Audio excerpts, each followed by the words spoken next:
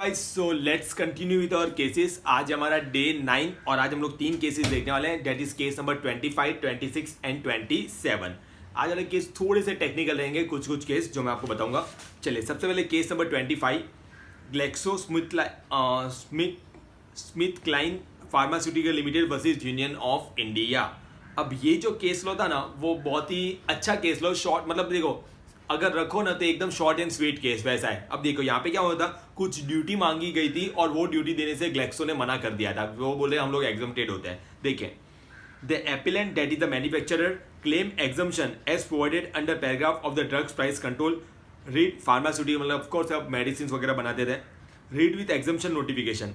The respondent, जो कि union of India था, refuse to grant the exemption on the ground that the sale price of the drug manufactured by the appellant was higher than the control price. मतलब देखो, union of India जो है ना, वो ना बोल रहा है। वो क्या बोल रहा है कि हमने जो इसको बोला था मैक्सिमम प्राइस कितनी रख सकते हैं और इसकी जो सेल प्राइस है वो उससे हायर है, तो हम लोग इसको वो एग्जम्पशन नहीं देंगे। And after crossing all the departmental and the court, the issue landed before the supreme court. और सुप्रीम कोर्ट ने उसकी अपील को अलाउ किया। बताऊं अब इसमें एक सिंपल पॉइंट क्या है। जो वो ड्यूटी एग्जम्पशन की बात है ना, वो आ रही थी, वो देखा जा रहा था at the time of manufacturing. मतलब मैन्युफैक्चरिंग के टाइम पे कुछ कंडीशन थी, वो अगर आप लोग फुलफिल कर रहे हो तो you are exempted from the duty. वहां पे सेल प्राइस की तो कोई बात ही नहीं है ना। और वहां पे जो यूनियन ऑफ इंडिया जो अपने डिफेंस में बोले, वो क्या बोल रहा है, इसने जो सेल प्राइस है वो कंट्रोल प्राइस से ज्यादा रखे। अरे भाई, सेल प्राइस तक तो देखना ही नहीं है, इसलिए सुप्रीम कोर्ट ने वो अपील अलाउ की। अब यहाँ पे जो है ना, यहाँ पे अगर आप पढ़ेंगे, मैं आपको बता रहा हूं उतना ही पढ़ना, क्योंकि बीच में केस लॉ के बारे में बोला हुआ है और एंड में बोला है इस केस लॉ का इससे कोई लेना देना नहीं है, तो साला दिए ही क्यों। अब देखो यहाँ पे मैं आपको बताता हूं, बेसिक पता चल गया। अब रीजन में देखना, फर्स्ट पैराग्राफ से पूरा क्लियर हो जाएगा। The appellant has placed great emphasis on the fact that both paragraph as well as the exemption order read with the central government guidelines lead to only one conclusion, that it is manufacture and not the sale that is relevant। देखो यहाँ पे क्या बोला है, manufacture and not the sale that is relevant. फिर उन्होंने क्या किया है, एक कोई यूनियन ऑफ इंडिया वाली रणबक्सी लैबोरेटरी लिमिटेड का पूरे केस को खींचा है और एंड में देखो क्या लिखा है, ये आपको दिख रहा है नेक्स्ट पैराग्राफ में। रणबक्सी पढ़ना नहीं है,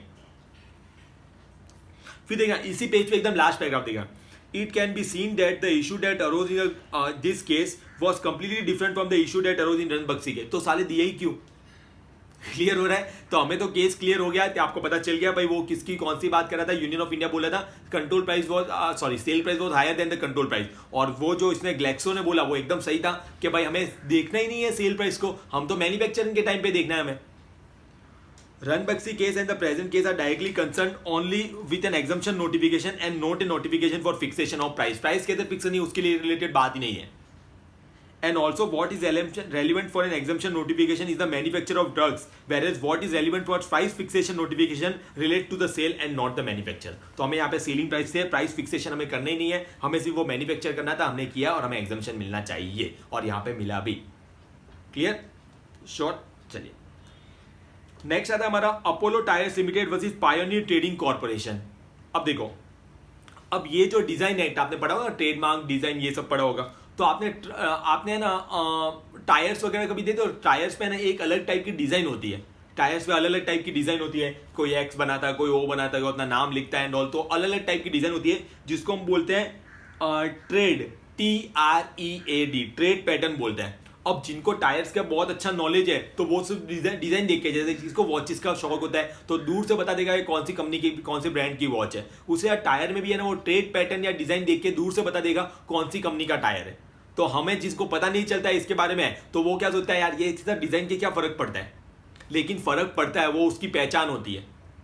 क्लियर, मैं आपको ऐसा होगा तो आपको एक व्हाट्सएप पे एक फोटो भेज दूंगा ट्रेड पैटर्न का, ताकि आपको आइडिया लग जाए माइंड में कि भाई किसकी बात की जा रही है। अब यहाँ पे अपोलो टायर्स लिमिटेड सभी ने नाम सुना होगा, तो उन्होंने कोई है ना ट्रेड पैटर्न जो है वो डिजाइन करके अपने टायर्स पे वो लोग यूज करते थे और पब्लिसिटी भी करते थे, एडवर्टाइजमेंट भी करते थे, and it is a well known mark.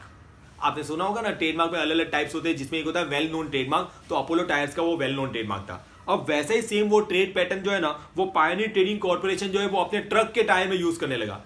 तो अपोलो टायर ने ऑब्जेक्शन उठाया, भाई ये नहीं चलेगा। कैसे चलेगा भाई, हमारा ऑलरेडी ये ट्रेडमार्क है, हमारा ऑलरेडी वेल नोन मार्क है, और उसको तुम लोग ऐसे यूज करोगे, हमारे लोगों के माइंड में इंप्रेशन जा रही है अपोलो के टायर से, और जबकि अपोलो के टायर से ही हमने आपको कोई परमिशन नहीं दी है, तो इसको रोका जाना चाहिए। तो बात गई कोर्ट में भी, और कोर्ट ने भी यही बोला भाई इसको रोकना पड़ेगा आप लोग। क्लियर, देखिए क्या लिखा हुआ है। Design and tread pattern of truck tyre whether entitled to copyright protection held yes. मतलब उन्होंने बहुत बोला होगा पायनियर वालों ने कि नहीं नहीं ये तो टेट टायर है, कौन देखता है, ये तो ऐसा होता है, ये ओ है, जीरो है, ये डिजाइन है, ये तो कोई भी बना सकता है, बहुत बोला उसने। लेकिन भाई कोर्ट ने बोला नहीं भाई, उसको प्रोटेक्शन मिलेगा। देखिए, the plaintiff that is the plaintiff manufacture truck tyres endurance with a peculiar trade pattern over which it had claimed proprietary rights. The defendant also manufactured truck tire High Fly, नाम क्या था उसका, High Fly, with similar trade pattern of the plaintiff. Plaintiff filed a suit against the defendant for infringement of his proprietary rights and an interim injunction was granted in favor of the plaintiff. Defendant ने जो है moved an applicant to vacate the stay, कि भाई उसको रोको। तो supreme court ने बोला भाई, सॉरी ये हाई कोर्ट ने बोला नहीं रुकेगा, interim stay confirm.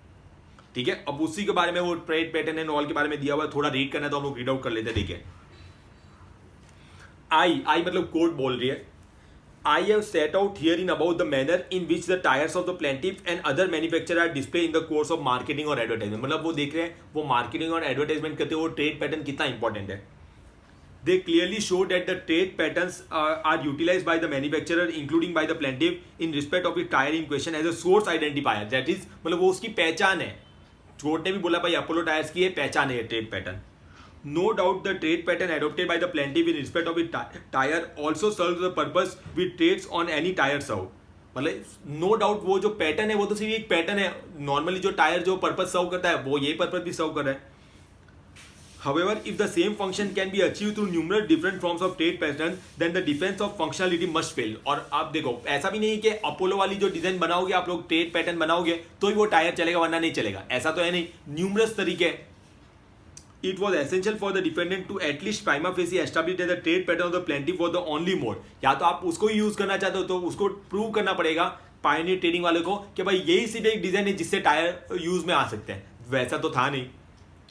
or only one of the few options which was possible to achieve the functional requirement। The position which emerges on a perusal of the document placed on record by the plaintiff is that there are innumerable different and unique trade pattern in existence adopted by different manufacturer of tire which achieves the same objective। और Apollo ने prove कर दिया भाई बहुत सारी design होती है और है ना सेम ऑब्जेक्टिव अचीव होती है, टायर को स्मूथ चलने में मदद करती है, तो डिजाइन का कोई इतना फर्क नहीं पड़ेगा।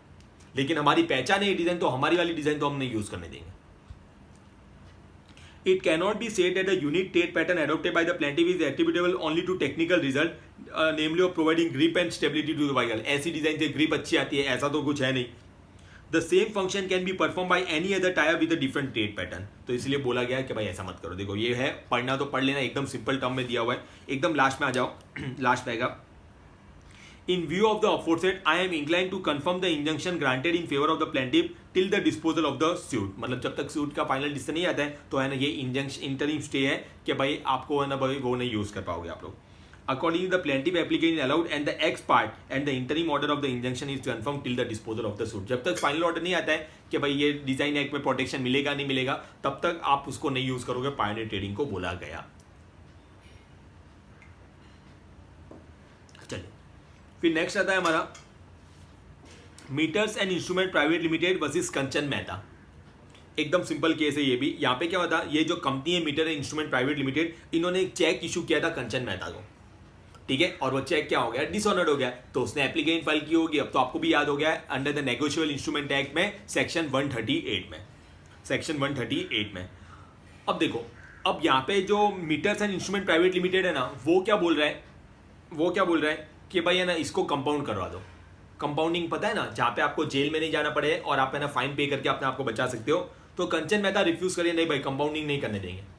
तो ये जो कंपनी बोलती है भाई हमारे पास और कोई काम नहीं है क्या, तेरा एक चेक डिसऑनर्ड हो गया तो उसके पीछे पड़े क्या, तो या तो इसको कंपाउंडिंग करवाओ या फिर है ना अगर कंपाउंडिंग नहीं भी करना है तो हम बार बार नहीं आने वाले, हमें पर्सनल अपीयरेंस से मुक्त करो, कि हम बार बार कोर्ट में पेश ही नहीं करेंगे, पर्सनल अपीयरेंस से मुक्त करो। तो कोर्ट बोलेगी भाई तुम लोग आपस में करोगे, हमें भी कुछ पूछोगे।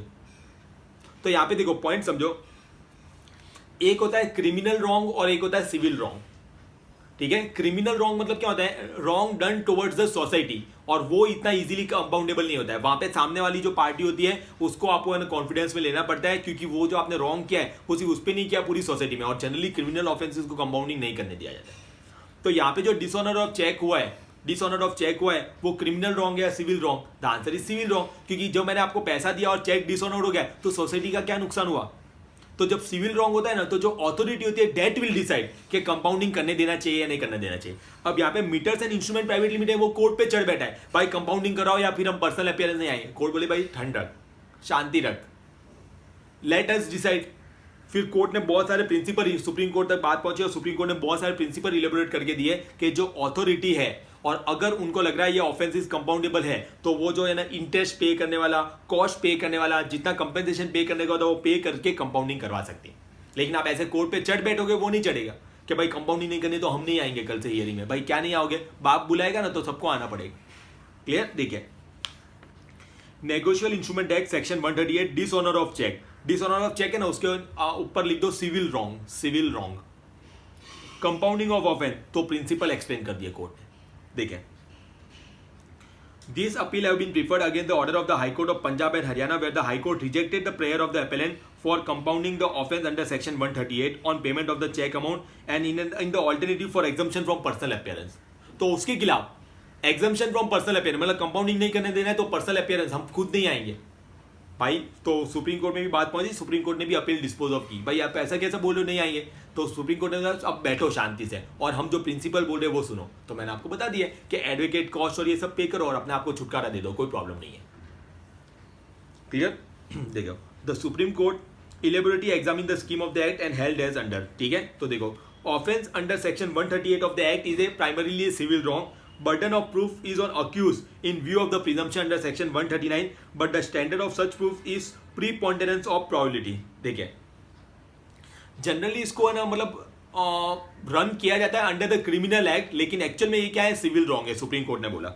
ठीक है, the object of the provision being primarily compensatory, और यहाँ पे ऑब्जेक्ट क्या है, कंपेंसेट करना।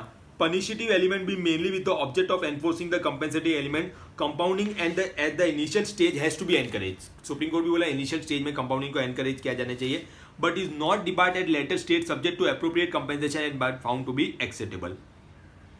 And though compounding require consent of both the parties, even in absence of such consent, the court, in the interest of the justice, on being satisfied that the complainant has been duly compensated, can in its discretion close the proceeding. मैंने क्या बताया, compounding के लिए consent चाहिए, दे दोगे तो अच्छी बात है, लेकिन अगर नहीं भी दे रहे हो तो कोर्ट को अगर लगे कंपाउंडेबल है तो क्यों बात को आगे खींचना है रबड़ की तरह, वहां पे वो कंपाउंडिंग करवा सकते हैं। ठीक है, प्रोसीजर फॉर ट्रायल केस ये पढ़ने की जरूरत नहीं है। फिर नेक्स्ट पे ये पॉइंट खत्म हो रहे, वहां पे आ जाओ, आपको क्लियर हो जाएगा। In view of the above, we hold that where the check amount with interest and cost as assessed by the court is paid by the specified date, the court is entitled to close the proceeding in exercise of its powers. Clear हुआ? तो court यहाँ पे कुछ नहीं किया है ज्यादा, यहाँ पे कोर्ट ने सिर्फ प्रिंसिपल बता दिए कंपाउंडिंग करवाने के लिए क्या है। क्लियर हुआ? श्योर। तो यहाँ पे हमारा ये केस जो है वो हमारा क्या होता है, कंप्लीट होते हैं। आगे वाला जो नेक्स्ट जो केस है 28 वाला, वो कैंसल्ड है, वो न्यू मॉड्यूल में से जो है वो कैंसिल हो चुका है। केस का नाम था state of Maharashtra Reliance industry limited, वो कैंसिल हो चुका है। तो नेक्स्ट लेक्चर से हम लोग कंटिन्यू करेंगे from case number 29 Atmaram properties वाले से। क्लियर हुआ? श्योर। तो वहां से कंटिन्यू करें, तब तक आप पढ़ते जाइए और कोई डाउट वगैरह है तो आप लोग पूछ सकते हैं। Thank you so much all of you for watching this video guys.